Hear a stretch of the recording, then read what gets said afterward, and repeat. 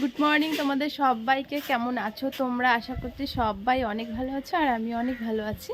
তো সকাল থেকে শুয়েছিলাম, এখন রোদ্র উঠলো এই যে, আর আমিও উঠলাম। আর আমি ঘুম থেকে উঠে আজকে একটুখানি আমাদের বাড়ির পিছন দিকে আসলাম। অনেক দিন ফুলটা হয়েছে, দেখো কৃষ্ণচূড়া বলে থাকি আমরা। একই গাছে দুই কালারের ফুল হয়, একটা সাদা আর একটা বেগুনি কালার। তো রোদ্র উঠেছে, এখন তো কাজকর্ম করতে হবে। সকালবেলা ঘুম থেকে উঠেছি আজকে 6:30টার দিকে ঘুম থেকে উঠে বাসন মেজে আবার শুয়েছি। 8টার সময় পড়তে এসেছে, পড়িয়ে খাওয়া দাওয়া করে এই তো আবার শুয়েছিলাম। তো এখন রোদ্র উঠেছে, তো ভাবলাম না উঠি, আর শুয়ে থাকলে চলবে না, কাজকর্মগুলো করে নিই ফটাফট। আর এদিকে সকালবেলা দেখো ঠাম্মা পুজো দিয়েছে। এই পাশটা আসলে না একটা বাগান বাগান ফিল আসে, কারণ এই পাশে একটু গাছপালা আছে আমাদের বাড়ির মানে পিছন দিকে, এটা আর কি, যে এদিকেও বাড়ি আছে, এদিকেও এই পিছন দিকটা তো মানে অবস্থা শেষ, ভাঙ্গা ভুঙ্গা। আর এই পাশে যে টিনগুলো আছে এগুলো আমরা খুলে এনেছি, তো এই পাশে এগুলো আমরা লাগাবো আর কি। তো চলো, মানে বৃষ্টির দিন তো এখন গাছ মানে অনেক দিন থেকে ধুলো হচ্ছিলো, ধুলো ধুলো করছিলাম, তো এখন বৃষ্টি হয়েছে, হালকা হালকা রোদ্দু উঠছে, আবার মানে চলে যাচ্ছে আর কি, মেঘগুলো সরে যাচ্ছে, তখন রোদ্দু থাকছে। তো এখন একটুখানি বাইরে আসলাম, আর গাছগুলো দেখো কত পরিষ্কার লাগছে না? তো চলো, নতুন একটা ভিডিও নিয়ে চলে এসেছি, আর আজকের ভিডিওটা আমি এখান থেকে শুরু করছি। তোমরা কত সুন্দর রৌদ্র উঠেছে, আর ডালিয়া ফুলটা না খুব সুন্দর করে ফুটছে। কালকে দেখেছিলাম না কতটা ছোট ছিল, আজকে দেখো কতটা বড় হয়েছে। আবার তো কড়ি আছে এখানেও একটা কড়ি এসেছে, এই যে দেখতে পাচ্ছ, এইখানেও একটা কড়ি। আর আমি লেবু খেয়েছিলাম, তো লেবু খেয়ে বীজগুলো আমি এখানে ফেলেছি, তো এখান থেকে লেবু গাছ বেরিয়েছে। আর এখান থেকে গাছটা তুলে আমি এইখানে লাগিয়ে রেখেছি, দেখি কবে ফল দেয়। আর যে এখানে যে গেঁদা ফুলের গাছটা ছিল সেটা আমি উঠিয়ে ফেলে দিয়েছি, কেমন মরে মরে পাতাগুলো কীরকম একটা হয়েছে, মানে রোদ্রুতে হয়তো পুড়ে গিয়েছে। আর এই যে গাছগুলো থেকে দেখো বীজটা এখানে ফেলেছি, সেই গাছ থেকে একটা গাছ থেকে কত গাছ এসেছে। আর বৃষ্টির পরে কিন্তু গাছপালাগুলো সব থেকে বেশি সুন্দর লাগে। তো চলো, এই যে আমার একটা ছোট্ট একটা বাগান, এই পুরাটাই গাছ লাগাবো। মাটি আর কি বলে গাছ আছে, শুধু মাটি আর কৌটোর অভাব। এই গাছ থেকেও আমি এখানে একটা ডাল ছিঁড়ে লাগিয়েছি। আর আমাদের লেবু গাছে না এখনোই কিছুই হয়নি। আর গোলাপ ফুল তো আমাদের 12 মাস ফুল দেয়। ফুলটা অনেক সুন্দর লাগছে না? ডালিয়া ফুলটা ওয়াও লাগছে, ওয়াও, কালারটা দারুণ। ফুলের গাছটা না খুব সুন্দর কালারটা, মানে সাদা কালার আর বেগুনি কালার একসঙ্গে, তো সাইড দিয়ে সাদা সাদা কালার, খুব সুন্দর লাগে আর কি, দুই কালারের, মানে কি বলবো, লাল আর সাদা যতটা না সুন্দর লাগে তার থেকেও বেশি এই যে পার্পেল আর সাদা, মানে হোয়াইট। তো চলো বাইরেটা দেখিয়ে দিচ্ছি। বাইরে এখন যেহেতু বসন্তকাল, ওই সাইডে একটা ফুলের গাছ আছে, দেখতে পাচ্ছ, সাদা সাদা, তো সেখানে ফুল ফুটেছে দেখো। আর এই সব কিছু ভিজে ভিজে সব শেষ, বৃষ্টির দিনে এই আমাদের অসুবিধা, এইগুলো সব ভিজে গিয়েছে, আর বড় বড় কাঠগুলোও ভিজেছে। আর এখানে আছে মাটি, এখানে আছে মাটি, মানে গাছ লাগানোর জন্য নিয়ে এসেছি, তবে ওই যে কৌটো নেই, যার জন্য লাগাতে পারছি না। তো চলো আজকের আকাশটা দেখো, আর নিম গাছের পুরো পাতা টাতা নেই।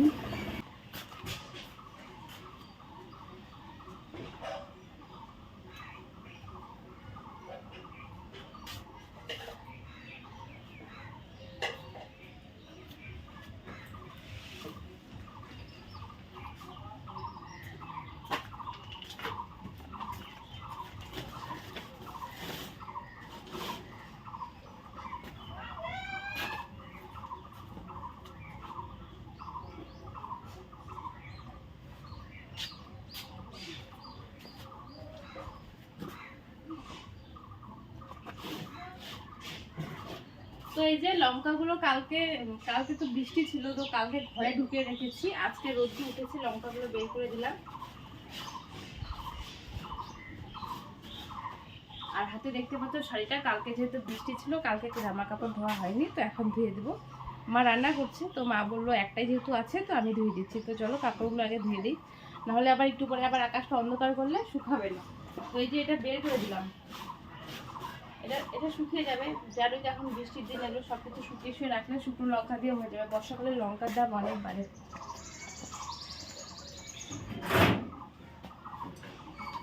ঘরটা পরে মুছবো, এই যে আবার রোদ্দুর চলে গেল, এখন মনে হচ্ছে কাপড়টা ধোয়া বন্ধ করে দিই, মানে কখনো রোদ্দুরটা উঠছে কখন আবার চলে যাচ্ছে। তো চলো এগুলো কাপড় মানে পাতলা কাপড়, তো ধুয়ে দিলে কি হাওয়ার মধ্যেও শুকিয়ে যাবে, তো এগুলো ধুয়ে দিই।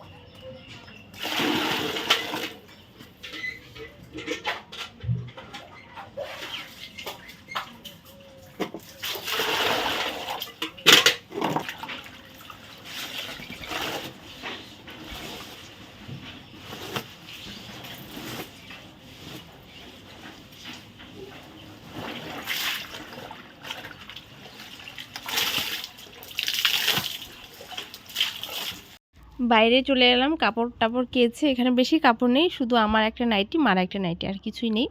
তো এই শাড়িটা বাইরেই রাখবো, মানে বাড়িতেই রাখবো, বাইরে রাখবো না। এখন যেহেতু হাওয়া দিচ্ছে, প্রচণ্ড হাওয়া দিচ্ছে, আর সামনে মানে ড্রেন হয়েছে, আর না ড্রেনের মধ্যে কাপড়গুলো একটুখানি যদি ক্লিপ লাগানো না যায় তো ওই ড্রেনের মধ্যে পড়ে যায়। শুকনো কাপড় ড্রেনের মধ্যে পড়ে গেলে না খুব বিরক্তকর লাগে। ড্রেনের জল জানোই কতটা নোংরা।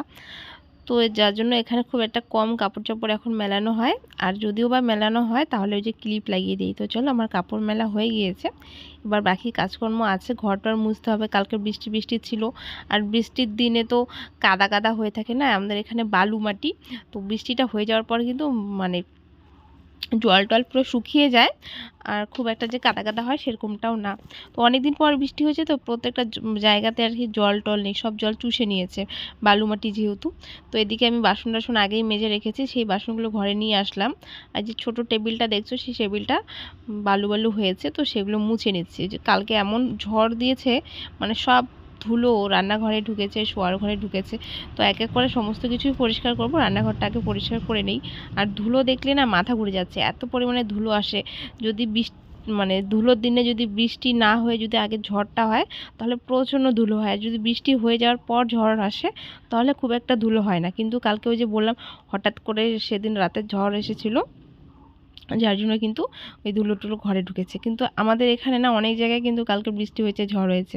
তো যাই হোক, চলো বাসন টাসনগুলো যেখানে যেখানে রাখার সেখানে রেখে দিয়ে তারপরে এদিকে চলে আসলাম ঘরটা মুছে নিতে। তো বৃষ্টি পড়লে তো জানো এদিকে বস্তা টস্তা দিয়ে দিই, না হলে সব মাটি নিয়ে চলে যায়। আমাদের এদিকে মাটির অনেক দাম, বাড়িতে মাটি মানে যদি মাটি দিয়ে উঁচু করি তাহলেও সেই টাকা দিয়েই নদী থেকে মাটি নিয়ে আসতে হয়। যার জন্য মাটিগুলো খুব মানে আমার ঠাম্মা ঢেকে ঢেকে রেখে দেয়, যেন জল পড়ে পড়ে মাটিগুলো ধুয়ে চলে নিয়ে না যায় আর কি বৃষ্টির জলে। তো ঘরটা মুছে বের করেছি, এবার বাইরেটা একটুখানি মুছে নেব। উঠানটা আর মুছলাম না, আকাশের আবহাওয়া খুব একটা ভালো না, মনে হচ্ছে এই বুঝি বৃষ্টি আসবে, মেঘ করেছে এরকম একটা। তো চলো, উঠানটা মুছলাম না, আর দরজার সামনেটা মুছে ধারটা একটুখানি মুছে নিই। বৃষ্টির সময় তো বাড়িটা খুবই খারাপ থাকে, কিন্তু যখন বৃষ্টি কমে যায় তারপরে ঘরটা মুছতে না খুব একটা জল লাগে না, তখন মুছতে খুবই ভালো লাগে। আর এই ঘরটরগুলো এখন আমি মুছি, মা মুছে না, মার রান্নাঘরে রান্নাবান্নাটাই মা সামলায়, আর ঘরগুলো আমি মুছে নিচ্ছি। আর বৃষ্টির দিনে কাঠগুলো যেই কাঠগুলো কি দেখিয়েছিলাম বিক্রি করবো, সেই কাঠগুলো ভিজে একদম শেষ। তো সেইগুলো একটুখানি বাইরে দিয়েছি শুকানোর জন্য, যাতে আজকে যেহেতু রৌদ্র উঠেছে তো সেটা শুকিয়ে যায়। শুকনা লঙ্কা এসব জিনিস বের করে দিয়েছি। পুরো কাজ করা কমপ্লিট হয়নি এখনও, কাপড়টা দেখছো হাতে, তো কাপড়টা ধুয়ে মানে জল ঝরতে দিয়েছিলাম, এই কাপড় তো আর চেপা যায় না। তো এখন ওই যে ঘরটা দেখতে পাচ্ছ, ঘরটা মুছেছি, তারপরে এই ঘরটাও মুছেছি, এখানে একবারে জল নিয়ে এসেছি। তো এখন যাব শাড়িটা শাড়িটা মেলতে, তারপরে একটু পরে স্নান করবো। তো চলো। তো এই যে ঘরের মধ্যে একটা কি বলে মিস্ত্রি এসেছিল, লাইটের ঠিক করে। তো আমাদের যে ড্রেসিং টেবিলটা দেখছো সেটা টেরা হয়ে থাকে, কারণ ওই যে যেটা আর কি বোর্ডটা আছে তো সেটা পিলারের সোজাসুজি ছিল। তো এটাকে আমি সাইডে একটুখানি চাপিয়ে দিলাম, তাহলে চাপিয়ে দিলে হবে কি ড্রেসিং টেবিলটা আর কি যেটা আসবে সেটা সোজা বসতে পারবে, নয়তো টেরা হয়ে যাবে। এই আগেরটা কিন্তু ভালো মতো বসেনি, টেরা টেরা একটুখানি টেরার মতো ছিল, তো যার জন্য আনতে পারছিলাম না আর কি। অনেক কিছু মানে একটা জিনিস আনার আগে এই জিনিসগুলো ফাঁকা করতে হবে, কোথায় এই জিনিসটা কোথায় রাখবো না রাখবো অনেক কিছু ভেবে না তারপরে জিনিসটাকে আনতে হবে। তো যার জন্য এটা আমি আগে করে নিলাম, এটাকে লোকটাকে আর কি ডাকলাম, ডেকে এটাকে সরিয়ে নিলাম, তাহলে পরে আনার সঙ্গে সঙ্গে আমরা জিনিসটা এখানে সেট করে বসাতে পারবো। যার জন্য কিন্তু আনা হচ্ছে না, মানে আনার আগেও অনেক কিছু দেখতে হচ্ছে, তারপরে জিনিসটাকে আনতে হবে। তো চলো, এই যে ডেকে নিলাম, মা ডেকেছে, মারও একটু রান্নাঘরে কিছু কাজ ছিল, আর একটা ঘরে ওয়ার্নিংয়ের কাজ বাকি আছে, তো সেইগুলোর জন্য ডাকা হয়েছে। তো এখানে কাজটা করে নিলে পরে এবার যে ড্রেসিং টেবিলটা দেখছো সেটা সোজা বসে আছে, এতদিন কিন্তু সোজা ছিল না, টেরা ছিল, যার জন্য ওটাও আনা হচ্ছিল না। তো ওটা চলে যাওয়ার পর রাত, এটা এখন বাজে 10টা, রাত 10টার দিকে দেখো এখানে আমি আলু ছুলতে বসেছি, এক গাদা আলু। এই যে ছোটো ছোটো আলুগুলো ছুলতে অনেকটা পরিমাণে টাইম লাগে, তো সেই আলুগুলো ছুলছি, কেন কি কালকে মা সকাল সকাল আলুর দম রান্না করবে। আর এই আলুর দমটা রান্না করতে গেলে তো ছুলতে রসুন পেঁয়াজ এইসব মশলা করতে অনেকটা টাইম লাগে, মা তো জানোই এত ঝামেলার কাজ পছন্দ না। তো যার জন্য মা আমাকে দিয়ে আলুগুলো ছুলিয়ে নিচ্ছে, তো আমিও বেশ বসে বসে আলুগুলো ছুলছি। অনেক আলু ছিল, অনেক। আজকে দুপুরে তো আলু আর লাউ লাউ ডগা, আলু বেগুন এইসবই রান্না হয়েছে। তো এইসব দিয়ে আর রাতে খাবো না। তো রাতে এখানে 2টো ডিম এনেছি, 2টো ডিম আমলেট করব আমি আর মা। আর আমি আলু সিদ্ধ দিয়ে খাবো, নয়তো সকালে যে সবজিটা ছিল সেখান থেকে আলুগুলো বেছে নিয়ে খাবো। তো চলো, রাতে তো ওই যে আলু ছুলতে ছুলতে পুরো অবস্থা শেষ। তো এখন এই যে ডিম আমলেট